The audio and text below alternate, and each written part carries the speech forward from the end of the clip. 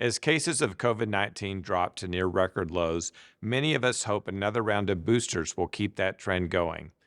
But the pace of vaccine uptake is slowing, with some questioning if a fourth dose is even necessary. Here to explore the debate and what we can expect moving forward are two infectious diseases experts, Dr. Pearlie Chong and Dr. Reuben Arasaratnam. Glad you could both join us. Dr. Arasaratnam, does our body respond differently to each dose of the COVID-19 vaccine that we receive? What these additional doses do is basically restore or waken up the immune system so that it is ready to fight COVID-19. Dr. Chong, we've learned a lot from the studies coming out of Israel throughout the pandemic. And earlier this year, we saw that some of the data around that second booster suggested that the antibody response, the immune response after that second booster, might be different than after the first booster and might trail off a bit more quickly. What are you hearing? More than 600,000 persons were vaccinated in the first study from Israel, and the side effects were pretty similar, mostly mild to moderate local site injection site reactions. Systemic reactions may occur, such as chills, fatigue, swollen lymph nodes, but they tend to be transient. I think what question is on everybody's minds is the effect of duration of protection. And we really are trying to figure that out still. Based on what we know so far, it seems like between 4 to 5 months is the optimal timing between booster shots thus far. New evidence might emerge and may change that recommendation.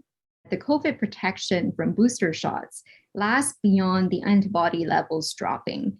And that's because parts of our immune system, such as B cells and T cells, are really not measured and not readily available clinically. So it's not just the antibody levels.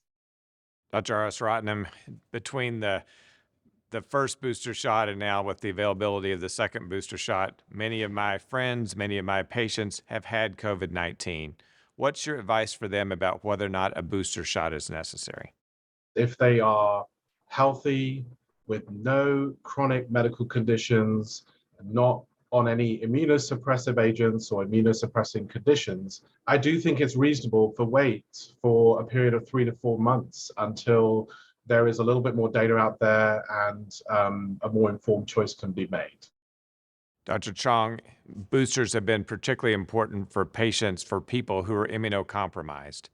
What should they be thinking about with this latest recommendations around booster doses? And should they get one now? Should they just wait?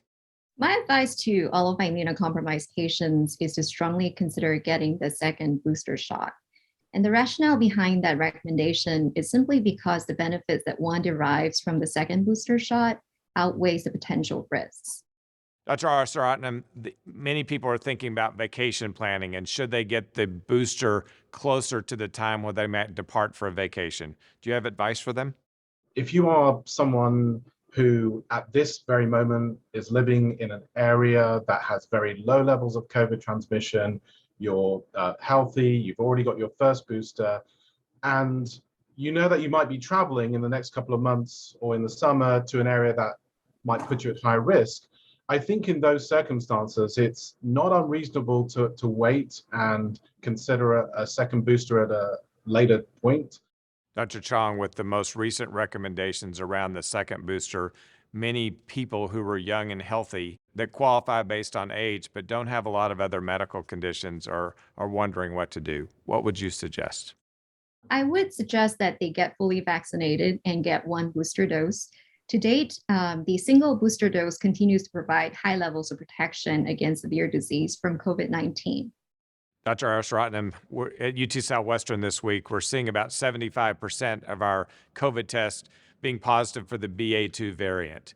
How should we be thinking about that piece of data when we're thinking about recommendations around booster shots?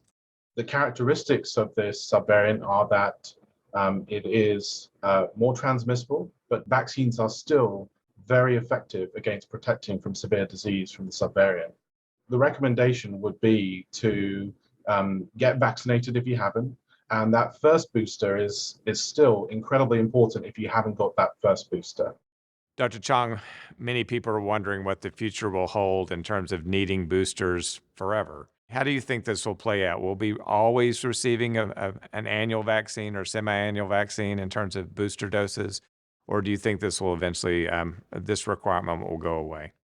My suspicion is that there are probably two keys to the path out of this pandemic. The first of which is we actually need better antivirals that wouldn't be plagued with problems in terms of accessibility. The second, unfortunately, has to do with boostering. It may be that initially, when COVID cases are still present, that we may need to get boosters more frequently. And ultimately, this may fall to more of the flu shot model where we get it once a year. Dr. Arasaratnam, as we begin to look towards the summer, will we see a rise in cases as we're seeing in some of the cities across the country? As long as we have virus circulating anywhere, we are a global community and variants can crop up. And I would say that we should take the opportunity to review our vaccination status and carefully consider the boosters and be prepared for whatever may come. And thankfully, throughout this pandemic, we've learned to be prepared and also put in systems in place to detect when surges can happen and adjust our vaccination strategies and antiviral strategies as needed. I want to thank both of you for joining us today. This is an evolving story with the boosters. We've had a lot of great questions from our viewers, and we appreciate the great content from both of you in answering those. Thank you, Dr. Warner. Thank you for having us. Until next episode, stay safe and stay healthy.